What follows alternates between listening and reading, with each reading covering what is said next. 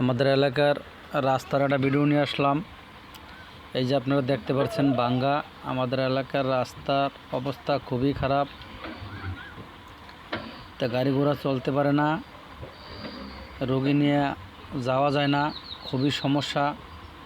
তা এখন তাও হুদিনা ভাঙ্গাচুরা দিয়েও যাওয়া যায়, কিন্তু বর্ষায় যাতায়াত টোটালি গাড়ি বন্ধ থাকে। তাই আমাদের এই ভিডিও করার উদ্দেশ্য, আমাদের এলাকার নেতাকর্মীরা যারা আছে, আমাদের ছোট ছোট বাচ্চারা 3 আসনের যায় এমপি, বর্ষায় যাতায়াতের সমস্যা। তাই আমরা রাস্তার যাতে আমাদের এই রাস্তার দিকে খেয়াল করেন, ওনার কাছে যাতে ভিডিওটা পৌঁছায় সবাই শেয়ার করে দিবেন। আর এই ভিডিওটা করার উদ্দেশ্য এটাই, আমাদের এলাকার রাস্তা মাটির রাস্তা খুবই খারাপ।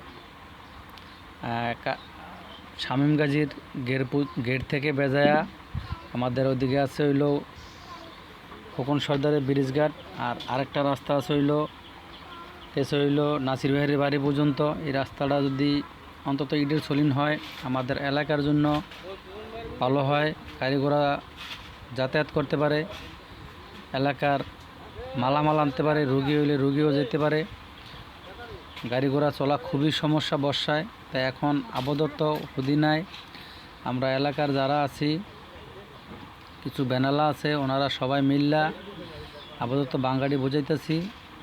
তো বর্ষায় এও থাকে না, বৃষ্টি আসলে পানির সাথে মাটি নেমে যায়।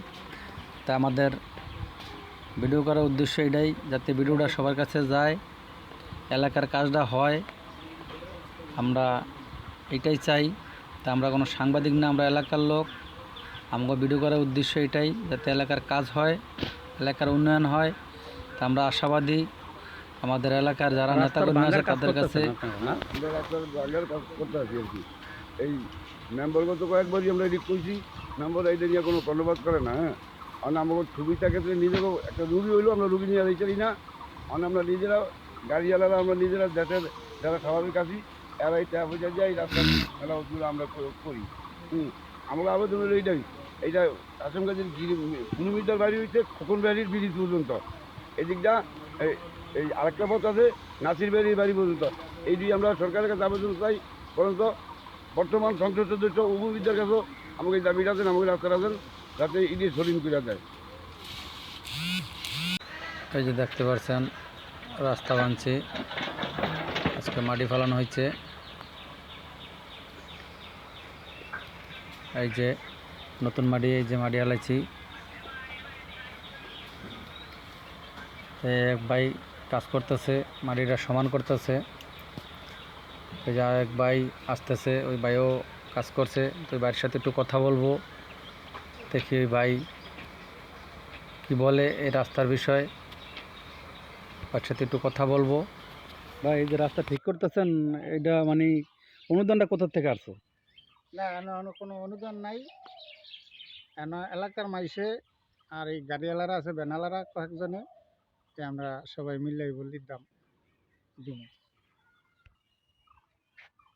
হ্যাঁ, আমাদের এই এলাকায় শামীম গাজীর গিরের হ্যান্ত নাসির ভাইয়ের বাড়ি পর্যন্ত এই রাস্তাটা খুবই খারাপ, কাঁচা রাস্তা।